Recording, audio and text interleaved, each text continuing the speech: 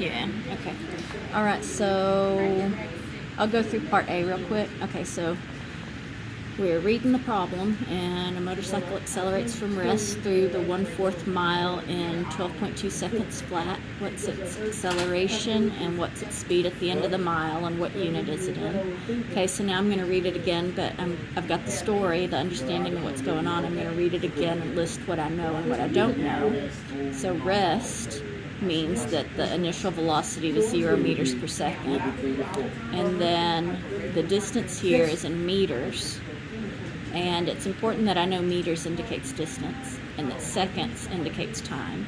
And then they ask for acceleration.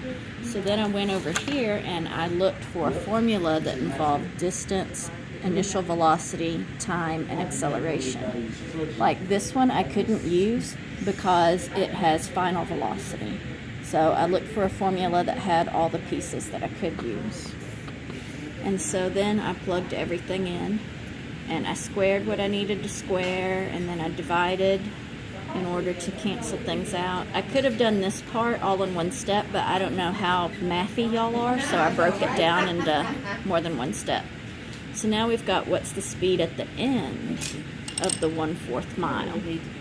Okay, so that's going to be the final velocity, which sometimes gets an F and sometimes it doesn't get anything. But I still get to use everything that's up here. So I'm going to look at my formula sheet, and I could use this one now because I know the acceleration now, and they told us the distance and the initial velocity. And there are probably other ones I could use, but I don't want to waste time. I'm just going to use this one. Sometimes there's like 2 or 3 different equations you can use, and it doesn't matter which one you pick.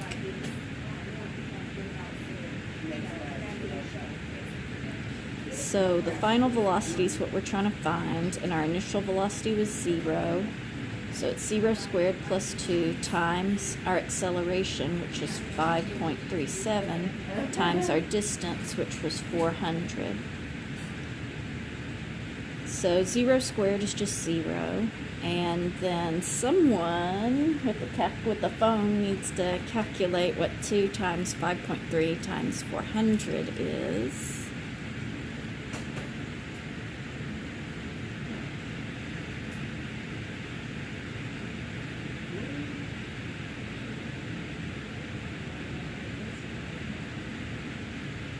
Okay, so that's 4,000. Does that make sense? We'll go with it. 4,296.